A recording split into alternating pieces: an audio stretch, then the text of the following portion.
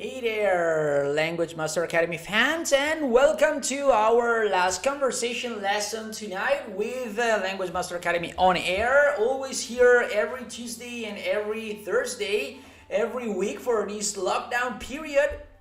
Ready for having some.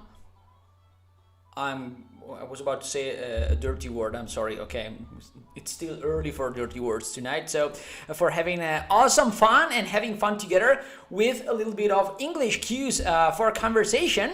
Okay, let's find it out. Did I activate the microphone? Okay, that's right. Microphone is okay. Music is okay too. And so I think that we can start. We are ready to start our class tonight. Okay, I'm always here with my mobile phone. Okay, so if you want to have a chat with us tonight via our WhatsApp group, you're welcome. Okay, so be my guest. Otherwise, in case you are not part of our WhatsApp group, you can join us on our chat room on our YouTube page, okay, on the streaming page. So, what's the main dish? What's tonight's main dish? I wanted to have fun with you, but unfortunately, I see that some of you has been experiencing unforeseen problems, working problems, so you're really busy tonight, and that's okay. That's fine. You can join the conversation another time. Okay, the video will remain available on our YouTube channel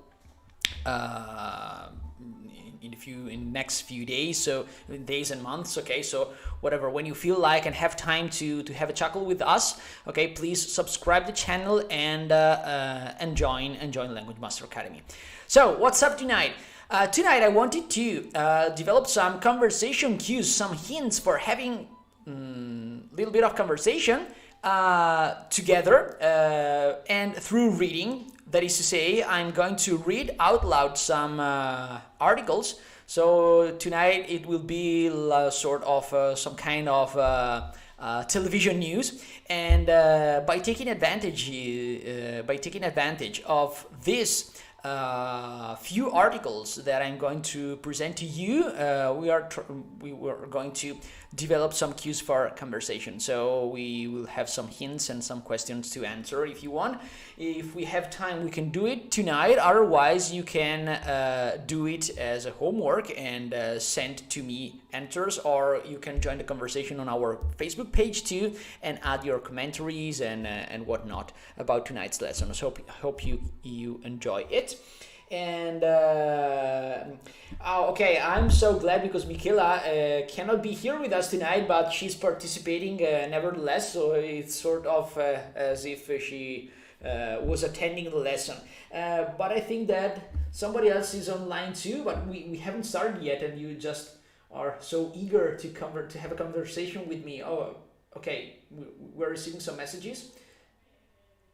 Maybe they don't have much to do with the lesson tonight, but 3, 2, 1. Okay, whatever, time is out. Okay, let me just have a sip of water and then let's start with the tonight topic. First thing first, I had my hair cut and I'm so happy about that because I couldn't stand that anymore. Since until last week I was like bush, and not the president, just like bush, the ones you can find in the wood, and whatever. So I have some articles here, and what are you talking about? Okay, I'm overwhelmed by messages here. What? Well, okay, Okay, Michaela, you can bother me online, okay? I'm streaming the video, you cannot bother me. What the hell? Okay, she is trying to making some fun, or was it a crack? I cannot understand. Or it's something about between me and Michaela, so you don't have to. If you're part of the WhatsApp group, you will understand because she's writing directly on it. But I have taken some articles from The Guardian, BBC Culture, and other webzines online. I retrieved and I scavenged the internet and retrieved some contents online, and I am going to present to you these articles in order to improve our vocabulary, our reading skills, and our fluency, and at the same time find some cues, some hints for having some conversation on maybe hopefully fun topics, sometimes not, but these days it's very difficult and hard trying to find something happy on the news online or on television or whatever, and it's such a pain in the ass. And then what I came up with is this Ask Attest. Attest is a webzine, an online webzine, when you can find some good news about also not only politics and war or whatever, but also culture, design, new media, business, and stuff like that. And what I found was a funny article about an advertising campaign by Aeromexico, which came up with this DNA discounts campaign. Let's see the article. So, as if it was a sort of news release, I'm going to read the article out loud and you can follow it together with me. So imagine that we are trying to listen to TV news and I'm your anchorman. Okay, I'm not such an anchorman. I don't have such an experience, but okay, imagine that I am your anchorman. So welcome to LMA News. Tonight we have some fun news for you, and the first news is, according to Attest, is this funny story about the Aeromexico DNA discount campaign. So what we're going to do is reading the whole article first one time. So once, okay, I'm going to read it out loud once at natural speed, and try to keep the pace. So try to cope with that and keep the pace. Unfortunately, when streaming, I'm not able, because I don't own the proper technologies to provide you with further video contents as we did before during our evening classes. And so I have to play the part of the anchorman and pretend that we are watching TV news, and that's it. So let's try this experiment together. I'm going to read it out loud at natural speed and try to focus. If you can, try to just focus on the listening part. So close your eyes, turn your back to the screen, whatever, but don't read the text. If you feel like you are going to faint or something and you cannot understand one single word about what am I saying, okay, you can just follow the script on the left of the screen, so the one that you can see here. So don't panic, it's just an experiment. And then afterwards, we are going to comment on it and to analyze some interesting part of the whole article, okay? So when you're ready, and when I'm ready, of course. This is the our last Thursday class, so toast to you for bearing it with me, and okay, okay, Michaela is pretending she's French, so she has an excuse not to talk proper English with us. Okay, whatever. Ask Attest. What's the news? This Aeromexico DNA test. So. Purpose meets small-mindedness meets reactive marketing in Aeromexico's DNA's discounts campaign. Created with the help of an agency, Ogilvy. I don't even know how to pronounce that because I've never happened to pronounce it out loud. I stumbled upon it on the internet. I think it's Ogilvy, but you can look for it. This video ad is far more than a surface-level promotion of what Mexico has to offer tourists. At a time when tension between Mexico and neighboring American states are high, airline Aeromexico seized the opportunity to expand the divide and make proactive attempt to bridge the gap. Though no politicians are mentioned outright, the campaign has political undertones directed at President Trump's promises of building a border wall. This is called out more directly in the line, "There are no borders within us." The ad itself is an examination of American perception of Mexico, presented with a fun twist. The people interviewed in the ad, some of whom are decidedly anti-Mexico, are giving a discount on flights to Mexico based on what percentage of the DNA is Mexican. The result is both uplifting and comedic, and it's a shining example of creativity going the extra mile. The best, most memorable campaigns are those that perfectly combine creativity and data. But how is it done? We packed a whole lot of insight, expert opinion, and handy hints into our Marketing Leader's Guide to Campaign Planning. Grab your free copy to start squeezing the most out of each and every campaign. Okay, so this is a really fun campaign, or at least I found it funny. And you can see the source down here. Say it's https colon double dash www.askattest.com/blog marketing 10 most creative ad campaigns of 2019. So you can go and check that out by yourself, so you can get the full video of this campaign. And what's this all about? Aeromexico practically offered discounts to their customers based on their DNA. What does that mean? If their DNA was even a little bit Mexican, they would be granted a discount on their flights, on Aeromexico flights. And this was funny because they made it just to erase somewhat, or to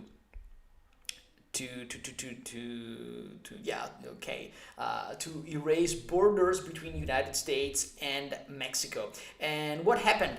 It happened that I have to stop the video just for 1 second. Okay, I have a technical problem to solve, and I'm coming right back to you.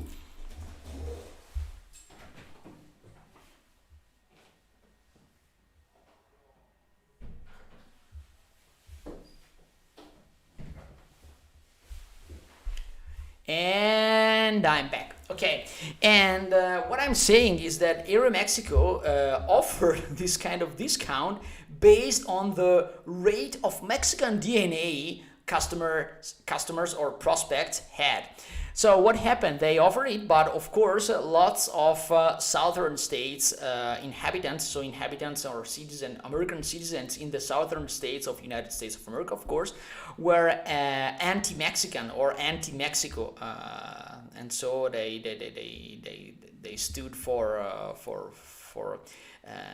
national ideology, and they were quite taken aback when they discovered that half their blood was Mexican or stuff like that. And moreover, they were offered a discount to fly to Mexico. And this is hilarious. Unfortunately, I cannot provide you with the full video online, but you can download it or just watch it on YouTube after our class. And let's review the whole article once again. So, once again, a little bit slower.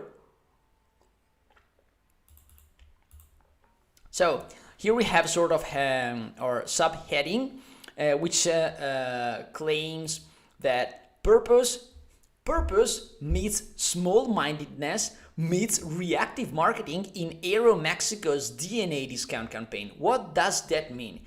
It means that Aeromexico DNA discount campaign, it is an advertising campaign meeting several different values, several different features. That is purpose, small-mindedness, and reactive marketing. So this is the case. This campaign, the meaning of this sentence is that this campaign is a complex campaign composed of purpose, that is to say that they made a campaign with a purpose, okay, that is to say selling their tickets with their discounts, and small-mindedness, that is to say small-mindedness is a synonym of narrow-mindedness, okay? When people are narrow-minded, that means that they have no open ideas, okay? They are no globalized, no international thinking, okay? They're just small, narrow-minded, okay? They just think of their own business, and they don't want to know anything about what's beyond their borders, okay? That's more or less the meaning of it. And so purpose meets small-mindedness, meets reactive marketing in this sort of explosive Aeromexico's DNA discount campaign. Second paragraph tells us that the campaign was created with the help of an ad agency called Ogilvy, and hopefully I'm pronouncing it correctly because I don't really know. This is one of the first time that I meet the. I know that it's a great company. It's quoted on the maybe I think on Nasdaq or something, but I never happened to pronounce it, and so I never asked myself the question on how to pronounce it properly. Unfortunately, I have to check that out.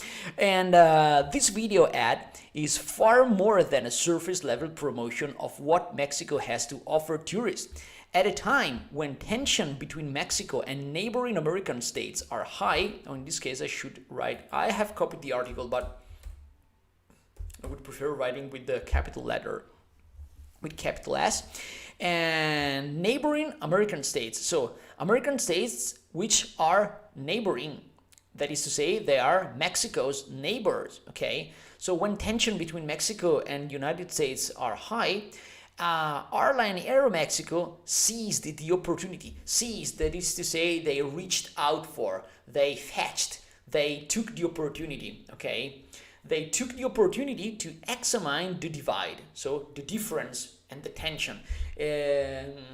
The tension caused by this difference, this is the divide, okay? In this case, a political divide, okay, political tension. So there is difference between Mexico and United States. So that is to say that United States and Mexico are somewhat separated, politically speaking, and so hence there is a gap between them, and this gap, we call it a divide. Like digital divide. Maybe you remember something like 10 or 15 years ago, a lot of, in the news always there was always this topic repeated. So the digital divide, okay, the difference between two generations regarding their computer skills and IT skills. So digital divide. In this case, we have Mexico and USA divide, and make a proactive attempt to bridge the gap. Bridge, in this case, bridge is used as a verb. So what I'm going to do now is to frame the most difficult words that we are going to meet here. Small-mindedness. Here's the one. Then we have tension between Mexico and neighboring American. Ireland seized, okay, the verb to seize. The opportunity to examine the divide and make a proactive attempt to bridge the gap. So that is to say, to build a bridge on this gap, on this divide. So what is a gap? A gap is a divide. This, or better, what is a divide? Is a sort of gap. So I'm going to color it the same way. So you can, what is a divide? A divide is a gap. And make a proactive attempt to bridge the gap. So to build a bridge on this gap to reduce the divide. Okay. And though no politicians are mentioned outright, so in a direct way, the campaign has political undertones. That is to say, things that are not mentioned outright, but they are somewhat subliminal, okay? I can read through the lines, okay? So the undertones. Directed at President Trump's promises of building a border wall. You surely will remember about Trump claim and will to build a border wall between United States and Mexico to prevent immigration issues to get worse and worse in the United States according to his politics. And this is called out more directly in the line, there are no borders within us. So they claimed in the advertising, they made this campaign, and inside the campaign they put a slogan, and in this slogan they said there are no borders within us, which is a clear reference to the border wall construction by Trump administration.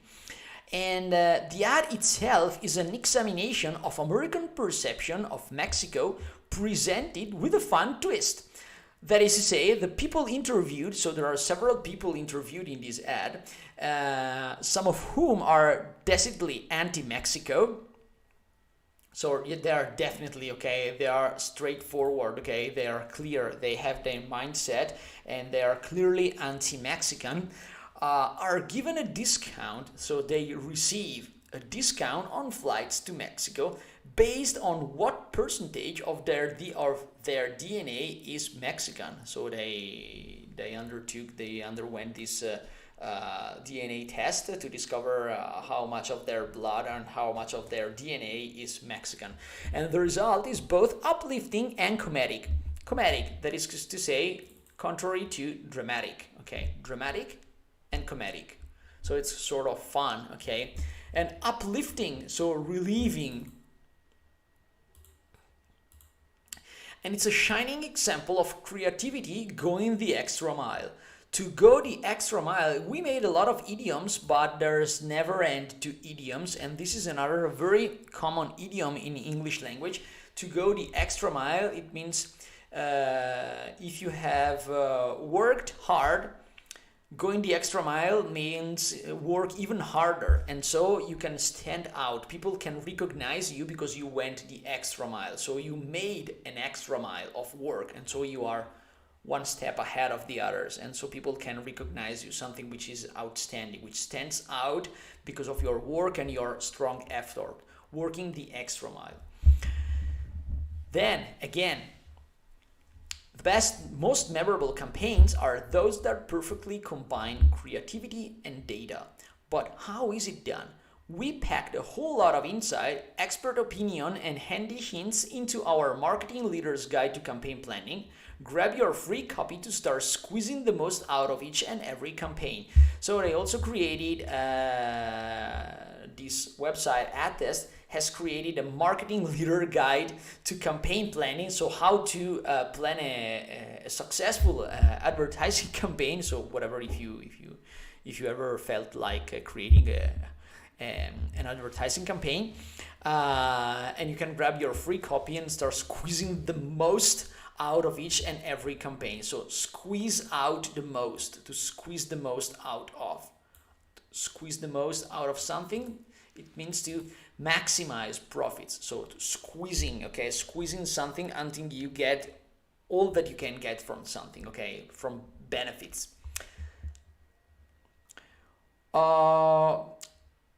One homework that you can surely do is translating the whole article at home and then forwarding the translation to me via email, okay?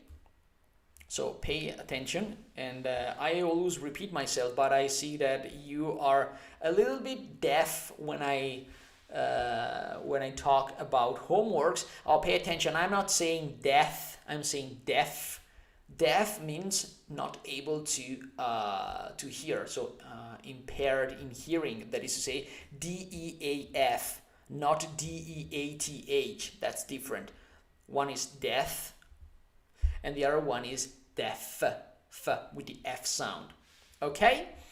So let's review the difficult words here. We have small-mindedness, that is to say, narrow-mindedness. Seized, so fetch, take. Bridge as a verb, build a bridge, so connect. Outright, straightforward, in a direct way. Uplifting, that is to say, relieving, something which helps you feel relieved, okay, more relaxed and not so nervous, okay. And going the extra mile, so making an extra effort, and squeeze the most out of something. So quite a lot, isn't it? We can say here that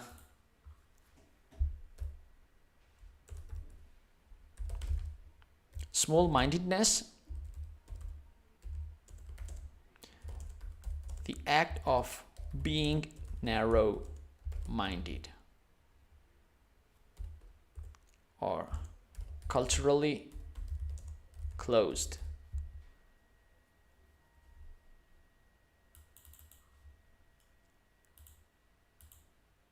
Here. Then we have ceased, from the verb to cease. Here we go. Seize means grab, fetch, reach out for, or more simply, take. Okay, quite easy, isn't it? And what else? Let's see. Bridge. In this case, bridge is used as a verb with the meaning of connect. So to connect the gap, to fill, connect or fill.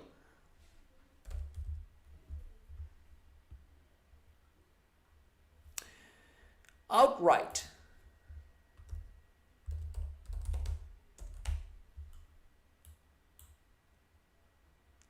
Outright. So saying something out loud and directly.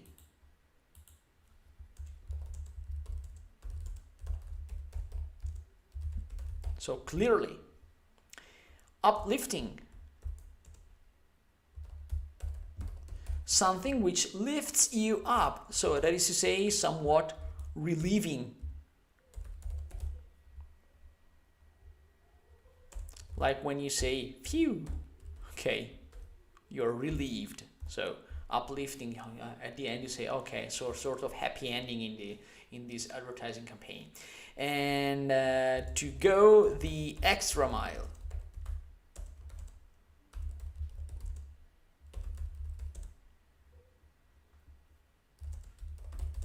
Working harder to stand out. Okay, so you work the extra mile.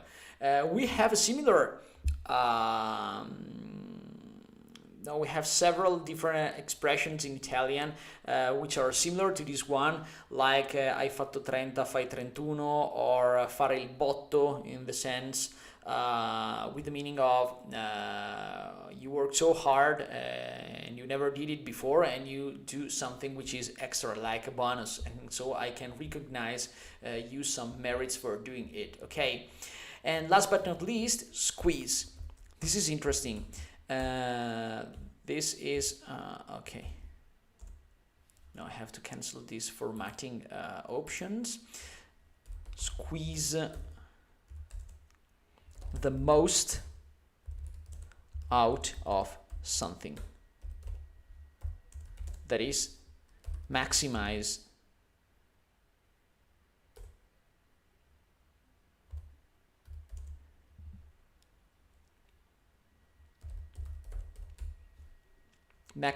benefits from something.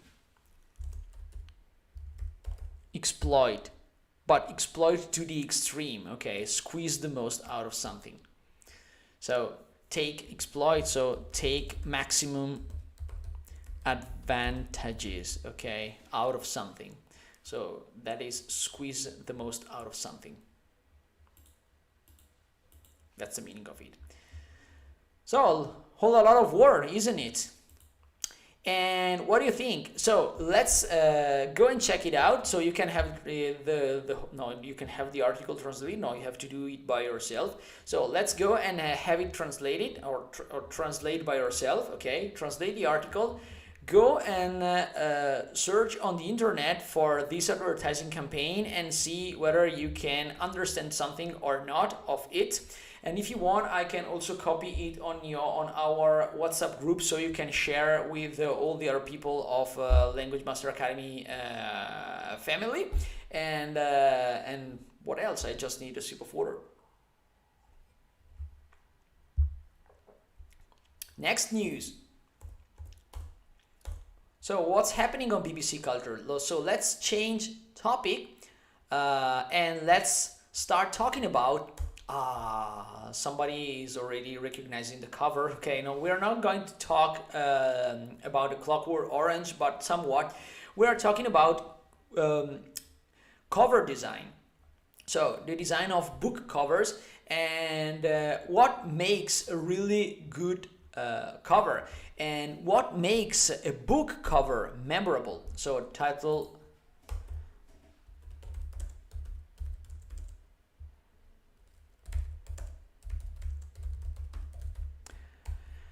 This is the question. That's the question. What makes a book cover memorable? Let's find out with BBC Culture, and then let's try to find an answer by yourself. Okay, I want to hear also your opinion in a written form in our comments on Facebook, on WhatsApp, on YouTube, whatever. So feel free to do whatever you want. And so this is tonight's topic. So what makes a book cover memorable? Let's find it out. So same exercise, you can listen to me and try not to read what you find on the screen, and otherwise just try to follow and keep up with the pace, okay, keep up with the rhythm, okay, so you can improve your reading speed and your listening skills too at the same time, okay. That is simultaneously. So the article goes like this: covers can be a swift way to signal genre, but good ones do more than that. They give face to a book's personality. They are what will make you pick it up in the first place, then keep it on your shelf to remind you what it meant to you. When you're reading a book, it stays with you for a while, literally, says Donna Payne, creative director at Faber and Faber. The physical book is in your bag, in your hand, by your bedside table. And I'm just skipping down here, okay? The emergence of ebooks posed a threat to physical books a decade or so ago. But publishers fought back, making books that were more beautiful to look and I lost sign. I forget about blah blah blah blah blah. Okay, I'm not standing it anymore. I'm fainting. I'm destroyed. Lousy day. Okay, back once again. The emergence. Beg your pardon. The emergence of ebooks posed a threat to physical books a decade or so ago, but publishers fought back, making books that were more beautiful to look at and to hold than ever before. Fonts got bolder, colors brighter, paper more tactile. There was embossing, foil, cloth bindings, and elaborate end papers. Bookshops also became spaces to spend time in, not just to shop, with books presented as objects of desire and curated table and window displays. Alongside this, perhaps even because of it, people increasingly started posting pictures of books on social media. Search Bookstagram on Instagram and you'll find more than 43 million images of books next to cups of coffee lying on crisp duvet covers, perched on the edge of sun loungers, and in artfully haphazard stacks.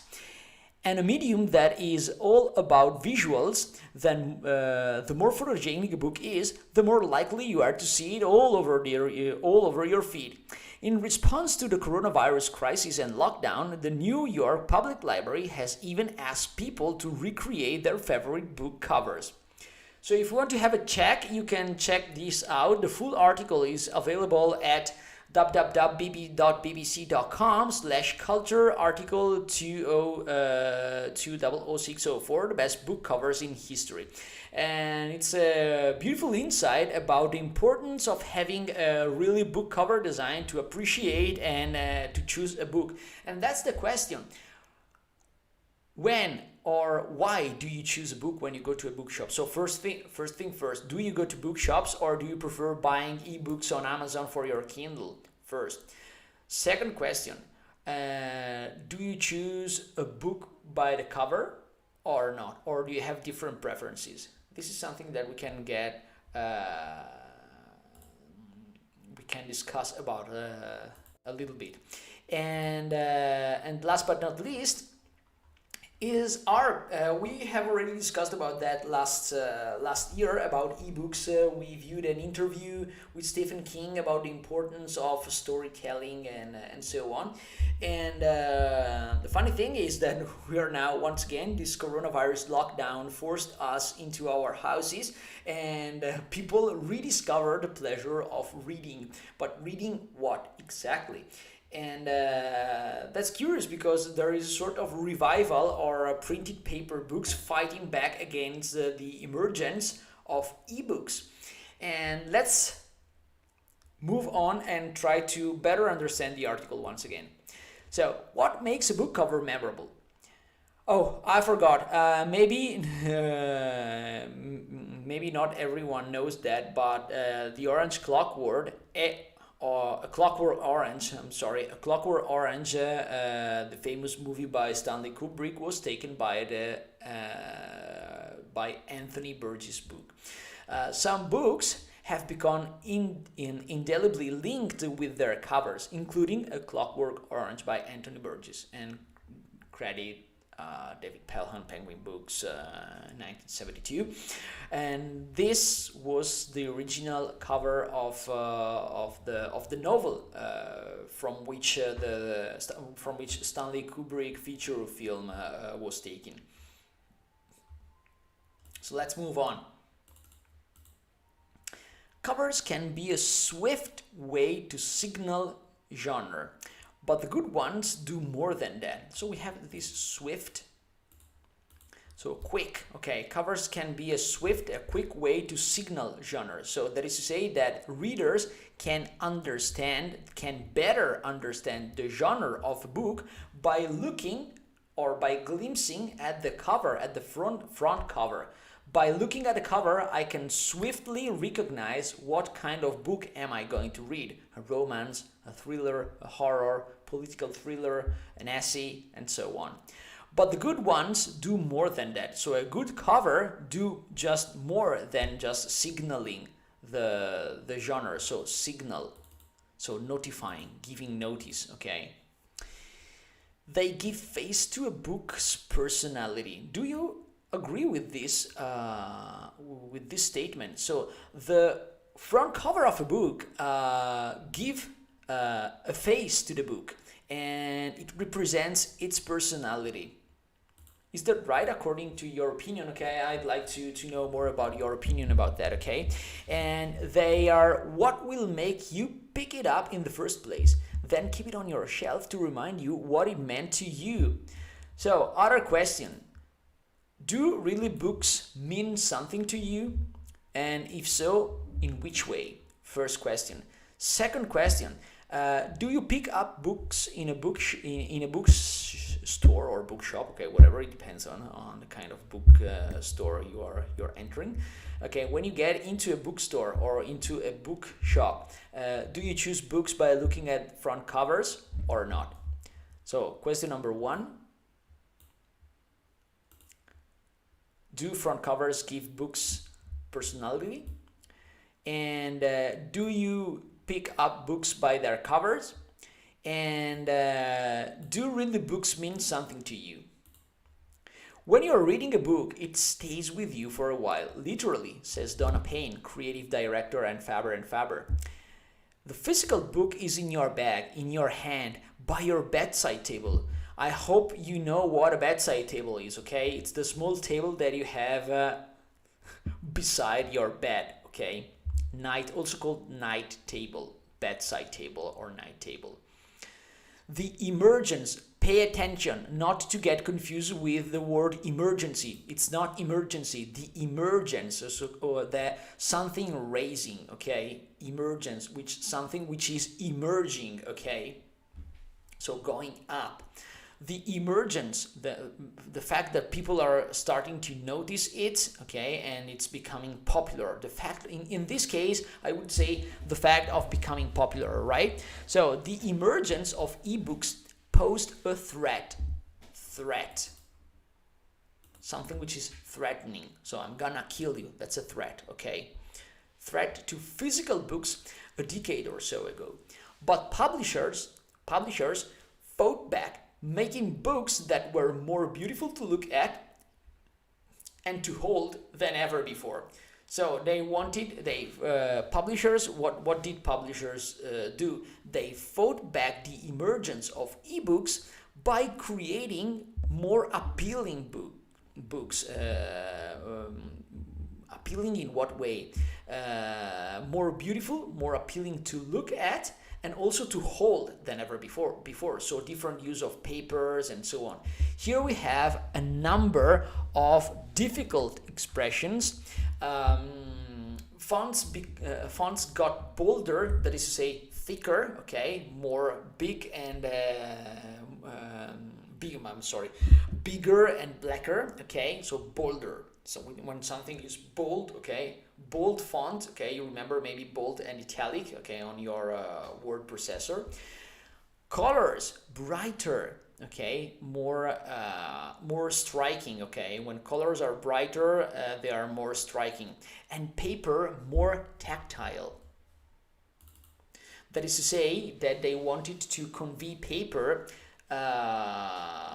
more tactile sensations, that is to say creating special marmorized maybe texture or raw textures, so when you touch the book you feel like it's more precious, okay, it's not just standard paper but it's more well refined and more elegant, and so it gives you also a tactile experience. Tactile, it has to do with the tactile sense of touching things and perceiving things by touching them, okay.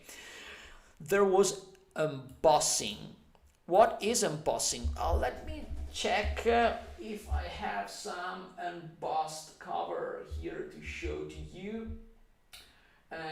But whatever, when you have an embossed cover, I don't have modern tactile books in my library. Oh shit. Oh yeah, okay, I have one maybe. When you have an embossed cover, you have, no, this is not embossed, but no, I have no embossed cover here. I have another library in the other room, but whatever, maybe, no, nor this one. Yeah. Maybe you can see it. This is a Japanese dictionary, and you can see here that the title on its side is embossed. Okay, you can feel by touching it that it is embossed. That is to say, there is a slight relief on it. Okay, and by touching you can feel the sensation. Okay. There is embossing, which is making something relieved on a cover, and there is also engraving, that is to say carving inside the cover, so to create another tactile experience. Okay, so engraving and embossing, okay, relieved, like sort of a 3D effect. Okay, embossing means something like this. Okay, small spoiler because we are having our Japanese lesson in 10 minutes or so, so that's more subliminal advertising.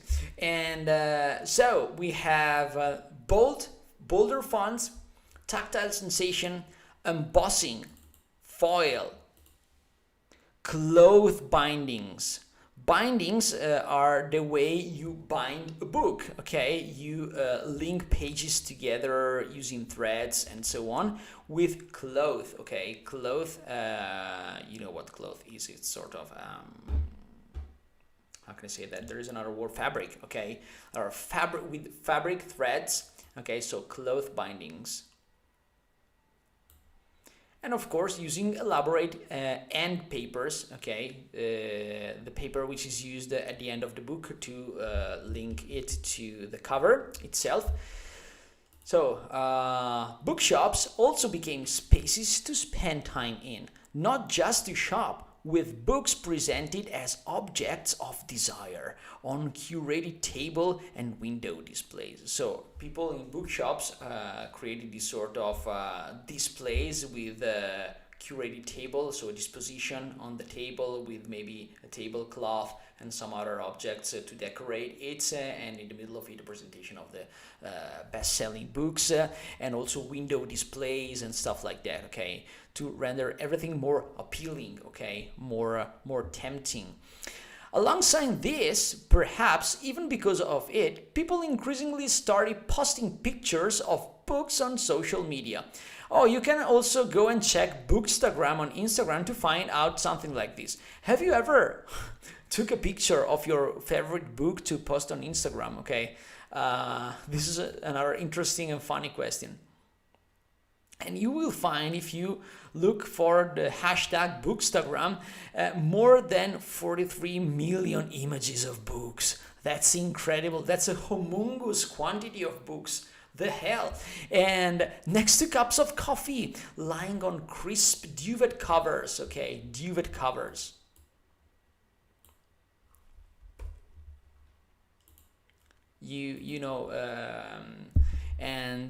Perched on the edge of sun loungers and in artfully haphazard stacks.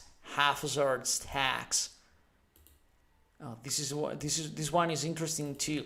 Haphazard stacks. How can I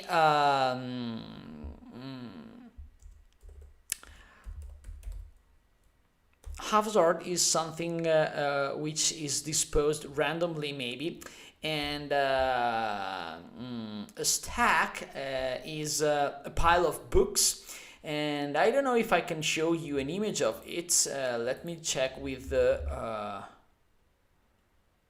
I don't have an image here, but a haphazard stack is when you put books, a pile of books, one on the other, in a haphazard way. That is, say, randomly, they are not given a proper order, but you have this stack of books which are displayed sort of like this. One here, one parallel, one 45 degrees, but randomly, okay. A stack of books is a pile of books. That is to say, a quantity, a number of books, one on the other, but they are not put in a straight order. They are just put haphazardly. Okay, haphazard stacks of books. That's haphazard. And so, crisp duvet covers perch on the edge of sun loungers and in artfully haphazard stacks. And a medium that is all about visuals, the more photogenic a book is. And the more likely you are to see it all over your feed. In response to the coronavirus crisis lockdown, the New York Public Library has even asked people to recreate their favorite book covers. And remember the pronunciation, coronavirus. This is a virus, so not virus, like in Italian, but just virus. And not crisis, but crisis. So this is quite difficult to pronounce because it's not coronavirus crisis, it's not Latin and or even ancient Greek, but unfortunately for you, that's English, so we have to pronounce it properly. So it's coronavirus crisis. Okay, time's running out tonight, so I don't have time to explain everything. So if you want to, this will be your summer vacation homework, and try to analyze the text and also to have a full translation of it. So first thing first, we have the Ask A Test article about the Aero-Mexican DNA discount campaign. And I'm going to scroll it down slowly so you can take a quick look at it. And so you can just stop the video and use the screen to translate the text. Or even go on askatest.com and read the full article. This is just an excerpt of the article. This is just a part of the whole article, okay? So if you want to see the full one and make some reading experience, okay, go and try to read it from the beginning to the very end. And also watch the video because it's hilarious, okay? I found it very interesting. And then BBC News, on BBC Culture, we have this interesting article about book covers. So what makes a book cover memorable? So I'm going to scroll down a little bit, this one too.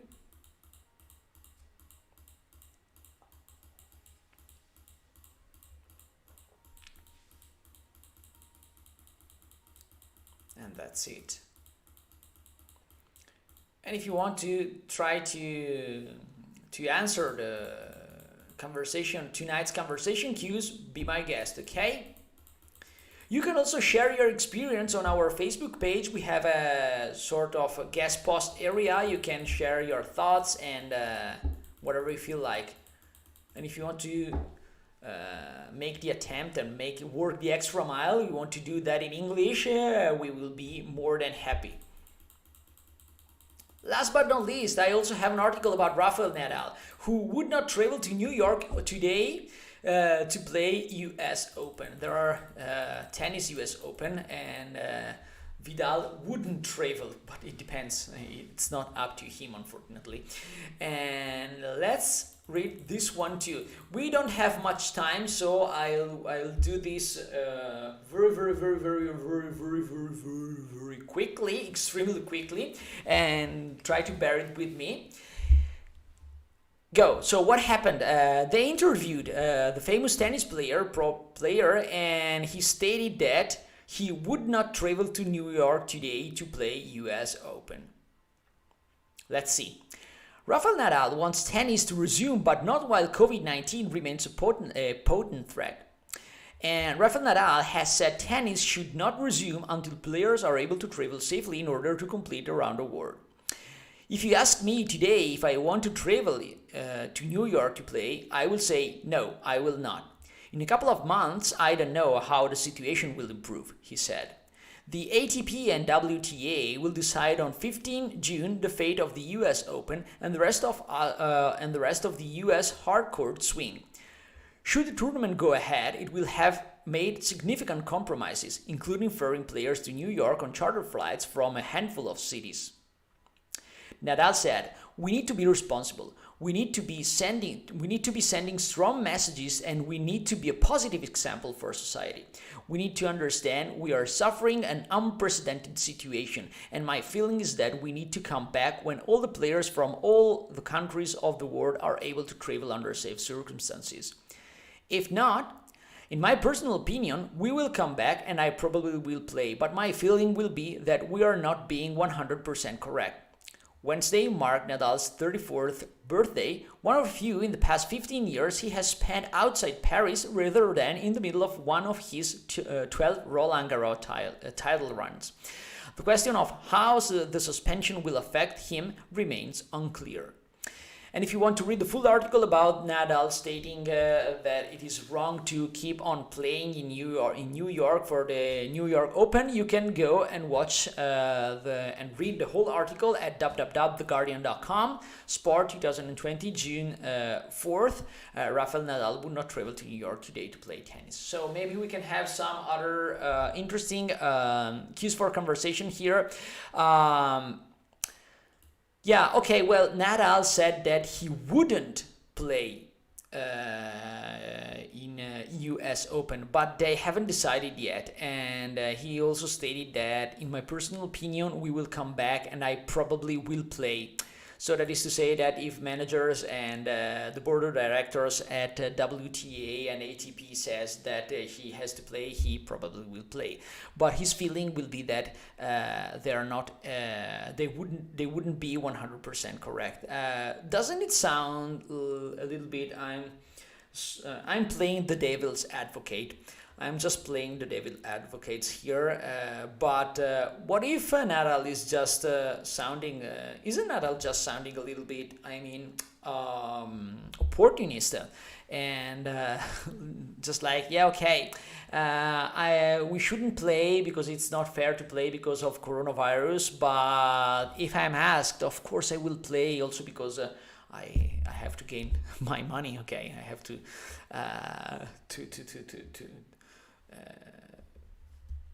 to bring money at home or stuff like that. Okay, nothing personal, of course, but what do you think about that? Opportunism, or is he really a good guy? That is something that I wanted to discuss with you tonight too. And difficult words here. Okay, we mentioned the ATP and WTA, which are the tennis association, that is to say, Association of Tennis Players or Professionals, I don't remember exactly, and the WTA, which is the World Tennis Association. Okay, that's just that. Okay, one of the difficult thing about listening to sport news is that you need to know some acronyms, some slang words, and some specific maybe language that they may use throughout the articles. So, for example, hard court swing. This is a technical term related to tennis tournaments. What is a hard court? Court is the court where they play. So hard court swing, and swing, it reminds the swinging movement of the rackets. Okay, when playing tennis. So there is this technical word, hard court swing, and remember, not significant but significant, and a handful of cities. A handful of cities. That is to say, that if they decided to go ahead with the tournament, they will have made significant compromises. Including ferrying players to New York. That is to say, bring players to New York. That is ferrying. In Italian, we have a beautiful word, an appropriate word, which translates this concept beautifully, and which is traghettare. So, traghettare I giocatori, ferrying players to New York on charter flights from a handful of cities, so from several different cities scattered throughout the world. Okay, that's the meaning of it. So, ferrying. Like a ferry boat. What was a ferry boat? What we call traghetto, isn't it? Okay, so ferry boat. So ferry as a verb means to transport people, not only by boat, but in this case with charter flights. Okay, and this was our last article, and I'm going to review it once again and once and for all. Okay, slowly, so you can have a check of it all. If you want to look at the whole article, you can find it on the Guardian website, and last but not least, you can translate it, answer to the questions, provide me your answers via email, and that's it. And happy summer. So here we go with the link. This is the original link, theguardian.com Sport 2020. Okay. So how about that?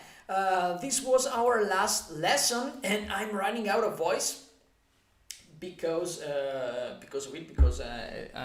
I've been talking for the whole day, but I have my water refill. So let me fill the tank, and I have a sip of water. And nothing left to say but goodbye, and thanks for participating to our even difficult year here at Language Master Academy, and with this virtual attempt to have a virtual conversation class. We will be back in late September with our next classes. We still don't know whether we will be able to perform our classes on site, that is to say in school, or if we will be forced to keep on